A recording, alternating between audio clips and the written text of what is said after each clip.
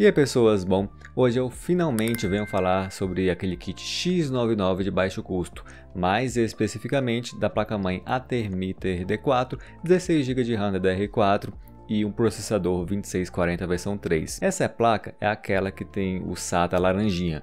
Embora ela pareça bastante com a placa antiga da Chrysler que eu trouxe aqui no canal, não é exatamente a mesma placa. Eu vou falar um pouco sobre o unboxing dela, vou falar um pouco sobre o VRM, vou falar sobre o unlock e também comparativos em jogos. Então o vídeo vai ficar um pouco mais longo, mas espero que ajude a vocês. E é isso, vamos então ao vídeo.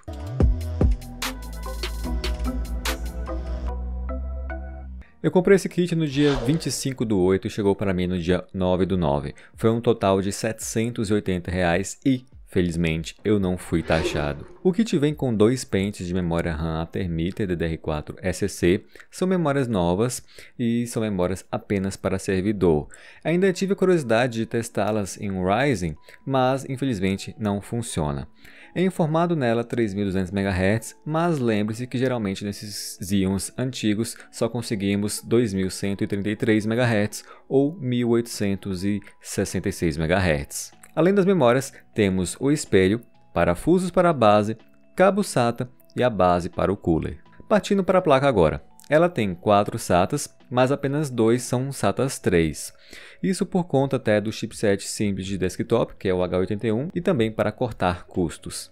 A alimentação para o processador fica no canto superior, mais à esquerda, já a da placa-mãe é no local normal, fica ali acima dos SATAs. A placa possui 4 slots de memória RAM, sendo que ela é Quad Channel real, tá? Sobre ventoinhas, ela possui uma conexão de 3 pinos para fãs ali na parte superior esquerda.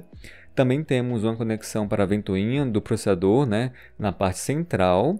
Na parte inferior esquerda temos mais uma conexão de 4 pinos e mais ao canto, na parte inferior direita, temos uma conexão para a ventoinha de 3 pinos. Essa placa traz até uma boa quantidade de conexões PWM. Ela possui conexão USB 3.0 frontal também, isso é algo bem legal. E também possui 2 slots M2, sendo o de cima o slot M2 SATA e o de baixo o M2 NVMe, aquele com maior velocidade. Já nas conexões nós temos o seguinte: teclado e mouse no padrão antigo, 4 USB 2.0 e 2 USB 3.0. Também temos internet e áudio. Essa placa possui um encaixe da bateria um pouco escondido, fica entre a rede e o áudio. Estranho, mas está lá. Vamos aos testes então. Lembre-se sempre de filmar o unboxing a primeira vez que ligarem o PC. Isso é interessante até para quesito de problema. Você consegue provar para o AliExpress que você não fez nada de errado. A placa também tem um speaker que vai indicar se deu certo ou não. E se não deu certo, ela indica também o problema através da quantidade de bips. A BIOS da placa é aquela mais simples possível e não vejo necessidade de mexer em algo no momento, somente no procedimento de unlock. Como que foi tudo reconhecido? Muito bem, obrigado.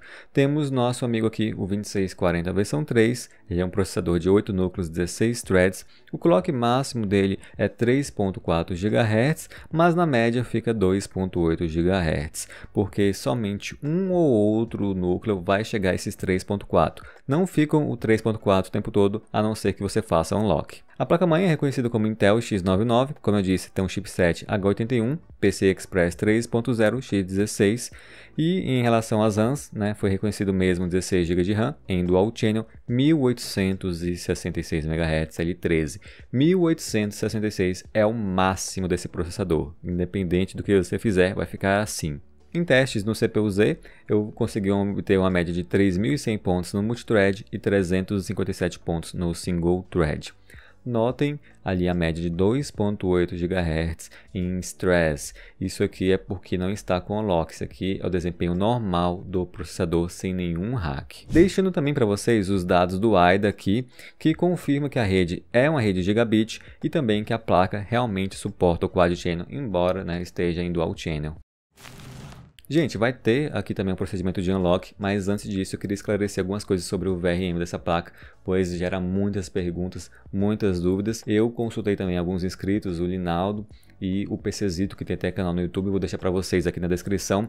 Eles me ajudaram também com essa parte do VRM para passar mais informações para vocês. Então, no caso, eu vou deixar para vocês agora as imagens dos VRMs, tanto dessa placa quanto da 8MF que eu tenho aqui em casa. E assim, visualmente, somente se você for comparar VRM para VRM, você vai ver que as especificações, o VRM em si, é muito semelhante da 8MF e da Thermiter D4. Isso é o que gera muita confusão, porque eles são visualmente semelhantes. Se você for ver cada especificação dos componentes, não está muito diferente a 8MF da nossa amiga D4. Só que na prática isso é bem diferente. E a gente só sabe disso testando mesmo. Então, felizmente, eu fiz uma live testando essas duas placas com o mesmo processador no Blender e estou deixando para vocês os resultados que eu consegui de temperatura. Seguinte, o resultado que vocês estão vendo agora é da 8MF.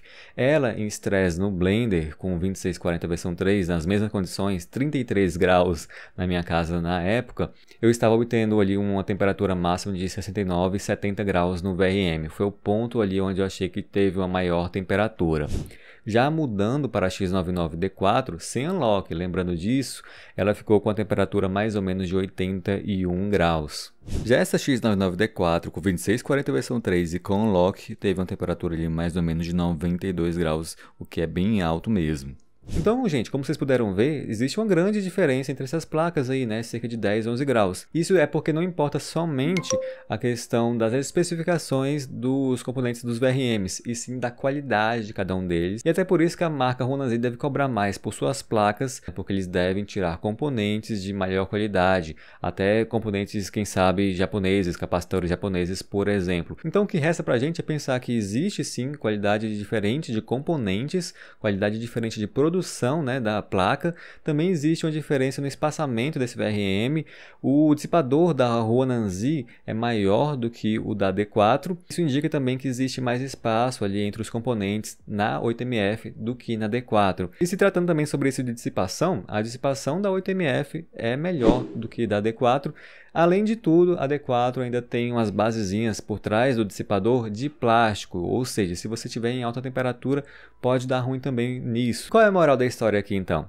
É que não existe almoço grátis. Se a D4 ela tá mais barata, é porque tem um motivo para ser mais barato. Se ela tem algumas coisinhas a mais que não tem na 8MF, talvez eles tiraram de outro local. No caso aqui, acredito que eles tiraram assim na qualidade de construção e também do VRM. Então é por isso que vocês têm que ter cuidado. Gente, na prática, eu nem deveria recomendar para vocês o procedimento de unlock nessa placa específica, porque eu acho que seria mais interessante que vocês usassem mesmo do jeito que vem, ou 2620 versão 3 do jeito que vem, ou 2640 versão 3 do jeito que vem, porque realmente pode estressar além da conta. O procedimento de unlock já é um procedimento arriscado por si só, porque você pode acabar brincando a BIOS da sua placa, mas se torna um pouquinho até mais arriscado nessa, porque o VRM dela realmente não é muito adequado. Mas antes de tudo, eu vou deixar até alguns jogos aí com desempenho sem unlock, para que vocês vejam que, por exemplo, com a GTX 1060, é bem possível que você não precise realmente fazer esse unlock. E depois eu volto. Então vejam só, eu testei o Warzone em Full HD com qualidade gráfica no baixo com a GTX 1060. E aqui, na nossa configuração, sem unlock com 16 GB de RAM, nós conseguimos uma média de 60 FPS, que é mais ou menos a média que essa placa consegue mesmo mandar de quadros, né? Então é bem pouco o gargalo que está tendo aqui nesse jogo em questão. Também estou deixando para vocês agora um comparativo no Shadow of Tomb Raider com um Ryzen 5 3600 com qualidade gráfica no máximo com a 1060. E vejam só que os dois ficam com a mesma média, tá? 50 para o lado do 2640 e 50 para o lado do 3600. Já no Far Cry New Dawn existe uma diferença entre os processadores, enquanto o 2640 versão 3 consegue uma média de 58 FPS, o Ryzen 5 3600 consegue uma média de 64 FPS aqui no Ultra.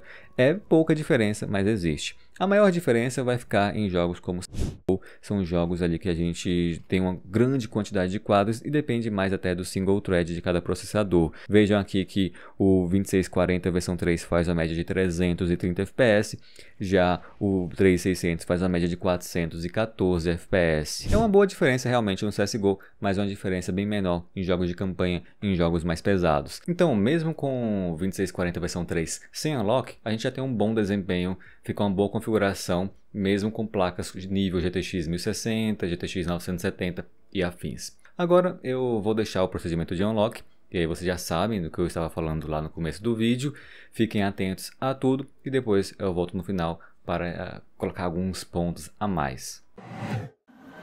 Gente, a primeira coisa que vocês precisam fazer para realizar o procedimento de unlock é ir até a BIOS da sua placa, vai na opção Intel RC Setup, coloca na opção Processor Configuration e você vai descer até onde está escrito Lock Chipset.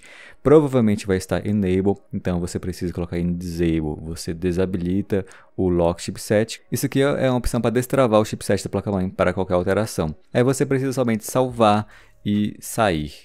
Eu vou deixar para vocês os arquivos necessários na descrição desse vídeo, você vai baixá-los, vai extraí-los para a pasta que você quiser. O que eu vou fazer aqui primeiramente é abrir essa primeira pasta chamada 1-programa, né? E eu vou copiar esse endereço que está aqui. Ele será útil para fazer os procedimentos no prompt de comando. Então agora você vai abrir o menu iniciar, vai digitar cmd e vai abrir o prompt de comando como administrador. Aqui você vai digitar o seguinte, cd, espaço, aspas, vai colar o nome do endereço que você acabou de copiar, fecha aspas e dá um enter. Isso aqui é para você acessar a pasta que você acabou de ver. Após isso, você vai digitar o seguinte comando, lptw64, espaço, -d, espaço, o nome da sua BIOS pode ser a que você quiser, .home. Após isso, só precisará mesmo apertar Enter. Isso aqui é para que você faça o backup da sua BIOS, tá? Não vai alterar nada no momento, somente o backup extremamente necessário e nunca pule o backup. Esse procedimento demora bem pouco, cerca de 30 segundos. Após aparecer aquela escrita verde ali, quer dizer que deu certo. Vamos voltar então à nossa pasta e na primeira pasta ainda de programa, vamos abrir o executável chamado mmtool como administrador também, sempre abrindo essas coisas como administrador. Aqui você vai clicar primeiramente em Load Image e vai selecionar a sua BIOS antiga com o nome que você colocou. No meu caso aqui, BIOS Atermeter antiga.rom e você vai abri-la. Após isso, você precisa ir na aba CPU Patch. Aqui você vai detectar um microcode para excluí-lo. Nesse caso é o 06F2, Update Revision 3D. Você vai selecioná-lo, vai clicar ali em Patch Options na parte Delete a Patch Data, tá? E você vai depois disso clicar em Aplicar. Isso aqui é para deletar esse microcode. Esse passo é extremamente necessário. Feito isso, voltamos para a aba Insert. Você vai procurar o file name DXEcore, vai selecionar ele e vai clicar em Browse. Aqui você vai mudar a pasta. Nesse caso, você vai procurar a pasta de número 2, que é a pasta com driver. Aqui você vai selecionar Single CPU, que é somente um processador, e vai selecionar o arquivo que vai fazer o undervolt. Se tiver em 0, vai ser 100 undervolt, tá? No meu caso aqui, eu selecionei 4040, que isso aqui é um undervolt básico. Você não precisa fazer com 40, mas geralmente as pessoas que eu vejo fazem nessa média, independente do processador, colocar em 40, tanto para o 2640, 2620, acaba dando certo. Selecionado esse undervolt, você vai clicar em Insert, aguardar um pouquinho até o programa destravar e aí você vai procurar lá na parte de baixo, bem abaixo mesmo, para ver se esse undervolt foi selecionado. Se você achar aquele file name V3 com source size 636, significa que o que você acabou de fazer deu certo. Agora você só precisa colocar em Save Image As e você vai criar um nome para a sua nova BIOS. Ou seja, você acabou de fazer a edição da sua BIOS e vai criar um nome para a nova. Nesse caso aqui eu coloquei BIOS Atermeter Unlock.rom, tá? Agora a gente só vai usar essa nova BIOS. Depois você só precisa fechar mesmo e agora vamos abrir outro programa.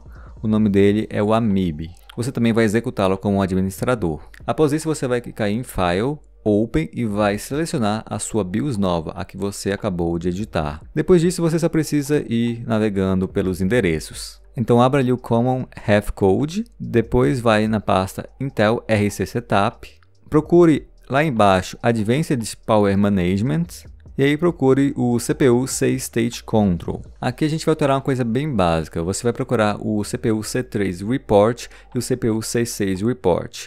Eles precisam estar desabilitados, tá? Então a única coisa que você vai fazer aqui é desabilitá-los. No meu caso, o CPU C3 já está desabilitado, mas o C6 não. Então eu vou ali, desabilito os dois. É algo que você precisa deixar dessa forma, senão não dá certo. Após isso, após desabilitá-los, você só precisa mesmo clicar no símbolo de disquete para salvar. Vai demorar um pouquinho, mas vai depois salvar.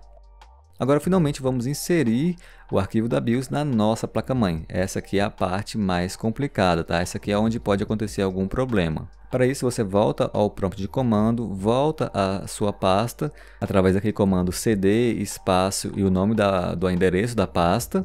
E aqui você vai digitar o seguinte comando, fptw64, espaço, traço F, espaço, aspas, você vai aqui colar o nome da sua BIOS nova, tá? No meu caso, BIOS_unlock.rom, e aí você fecha com aspas. Após isso, só precisará mesmo apertar Enter, que você vai estar flasheando a sua BIOS nova com lock na sua placa-mãe com a BIOS antiga. O procedimento é rápido, mas dá um medinho. Não tem problema dar esse erro de PDR Region, nem GBE Region, tá? Não tem nenhum problema, só precisa esperar mesmo. Após isso vai aparecer a mensagem em verde FPT Operation Passed, e agora você só precisa mesmo dar um exit aqui e reiniciar o seu computador. Dando tudo certo, a sua placa-mãe vai bipar novamente e você precisa abrir a BIOS.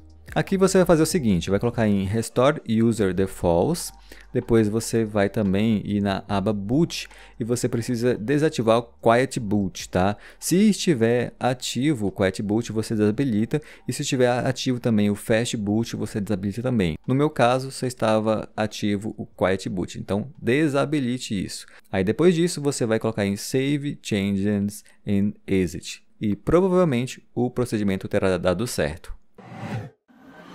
Bem, gente, feito agora o unlock, eu devo lembrar que o procedimento é um procedimento na placa-mãe, então mesmo que você mude o processador, não tem problema. Isso para qualquer tipo de placa-mãe, não estou falando nem especificamente dessa aqui. Eu notei algumas coisas e eu vou mostrar para vocês agora, não somente aquela coisa da temperatura, né, que aumentou ali cerca de 10 graus, foi para 92 graus no VRM com 2640 versão 3, o que ficou muito além do que deveria ficar, por isso que não é indicado que você faça unlock com esse processador. Vou colocar agora para vocês mais alguns pontos. Por exemplo, no Blender eu fiz meus testes e o 2640 versão 3 ficou com média de 3.2 GHz. Isso aqui é um thermal throttling, ou seja, isso aqui é o sistema, a própria placa, reduzindo ali a frequência do processador para evitar queimar algo, né? Isso já é um mau indício. Eu também comparei os dados que eu tive numa Ronin ZTF contra essa D4 no Blender. Enquanto na TF tivemos um resultado em 3 minutos e 4 segundos, na D4 em 3 minutos e 40 segundos. Isso demonstra, né, mais uma vez a diferença ali da Thermiter com um Thermal Throttling e a ATF normalmente funcionando. Partindo agora para os jogos, no Far Cry New Dawn, onde eu tinha tido uma diferença com 2640 versão 3 sem unlock, agora a gente já não teve quase diferença nenhuma. O 2640 versão 3 com unlock faz 63 e o 3600 64. Já no CSGO, o 2640 versão 3 fez uma média de 370 FPS e o Ryzen 5 3600 uma média de 414 FPS. Notem também o clock nesses jogos ficou a 3.4 GHz e não 3.2, porque não estou estressando tanto o processador assim, então não tem aquele thermal throttling, pelo menos nesses jogos. Agora, gente, eu acho que vocês têm mais dados, certo?